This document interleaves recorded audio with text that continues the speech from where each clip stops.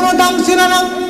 বাজারে যেমন তরি তরকারি বিক্রি করা হয়, মেয়েদেরকে তেমনি তরি তরকারির মতো বিক্রি করা হতো। সমাজে মেয়েদের কোনো মূল্য ছিল না। একটি ঘটনা আমি আপনাদের সামনে বলে যাই। এক সাহাবী, নাম হচ্ছে দাহিয়াতুল কালবি। আল্লাহর নবীর কাছে যখন কালিমা পড়ে মুসলমান হয়ে যায়, আল্লাহর নবী বললেন, সাহাবী, আল্লাহ তোমার জীবনের সমস্ত গুনাহ খাতাগুলো মাফ করে দিয়েছে। সাহাবী চোখের পানি ছেড়ে কান্না করে বলে, হুজুর, আল্লাহ যদি আমার জীবনের সমস্ত গুনাহ খাতা মাফ করে দেয়, একটি গুনাহ মনে হয় মাফ করবে না। আল্লাহ নবী বললেন, কি এমন গুনাহ করেছো যা আল্লাহ মাফ করবে না? ওই সাহাবী বললেন, ইয়া রাসূলুল্লাহ, আমি আমার স্ত্রীকে রেখে বিদেশে চলে যাই।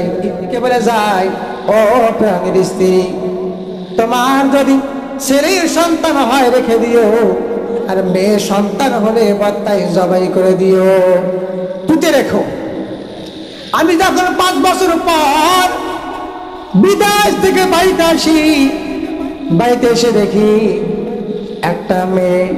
আমার স্ত্রীকে বললাম, স্ত্রী, মেয়ে হয়েছে, তুমি জবাই করনি কেন, পুঁতে রাখনি কেন?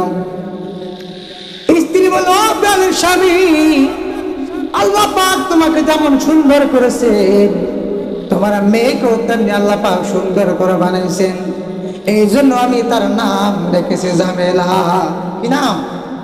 জামেলা তো সুন্দরী, জামেলা রেখেছি। ও প্রাণের স্বামী, এত সুন্দর মেয়ে, এই জন্য আমি জবাই করতে পারি নাই। টেনশন, কখন আমি এই মেয়েকে কতল করে দেই। পরের দিন আমার স্ত্রীকে বললাম, ও প্রাণের স্ত্রী, মেয়েকে নিয়ে তার নানির বাড়িতে ঘুরতে যাব, মেয়েকে গোসল করাইয়া সুন্দরভাবে সাজায়া দাও। আমার স্ত্রী সুন্দরভাবে গোসল করাইয়া সাজায়া দিল। চির জন্মের মনে 2 লোকমা খাবার দিল। ইয়া রাসূলুল্লাহ, আমার মেয়েকে নিয়ে আমি পাহাড়ের পদদেশে চলে যাই। পাহাড়ে যাওয়ার পর আমার মেয়েকে রেখে আমি গর্ত করা শুরু করে দেই।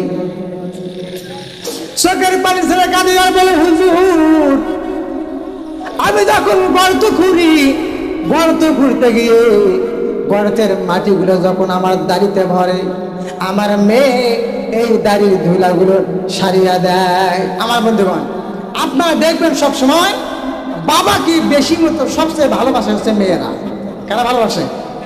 কথা ঠিক কিনা? এখন মেয়েরা কিন্তু বাবাকে খুব ভালোবাসে। এই সাহাবী গর্ত করতেছেন, গর্ত করতে যে ধুলা বালু তার দাড়িতে ভরে, তার মেয়ে পরিষ্কার করে দেয়। ওই সাহাবী বলে, ইয়া রাসূলুল্লাহ, আমার মেয়ে আমাকে বলে, বাবা, তুমি তো নানির বাড়িতে ঘুরতে যাবা, কিন্তু গর্ত করো কেন?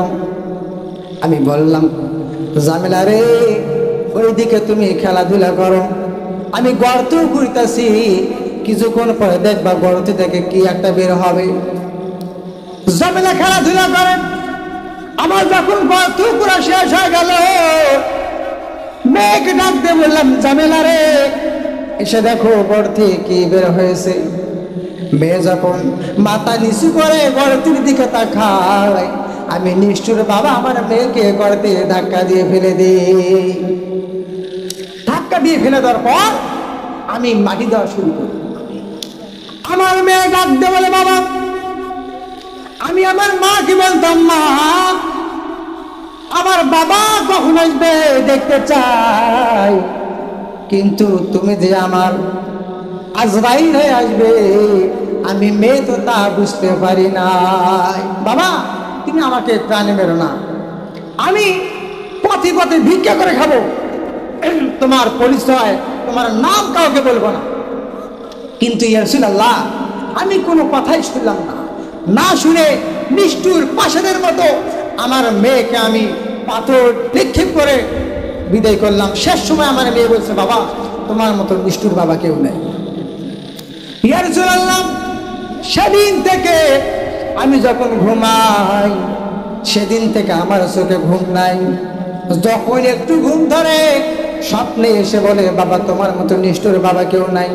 ইয়া রাসূলুল্লাহ, আল্লাহ মনে হয় এই গুনাহ আমার মাফ করবে না।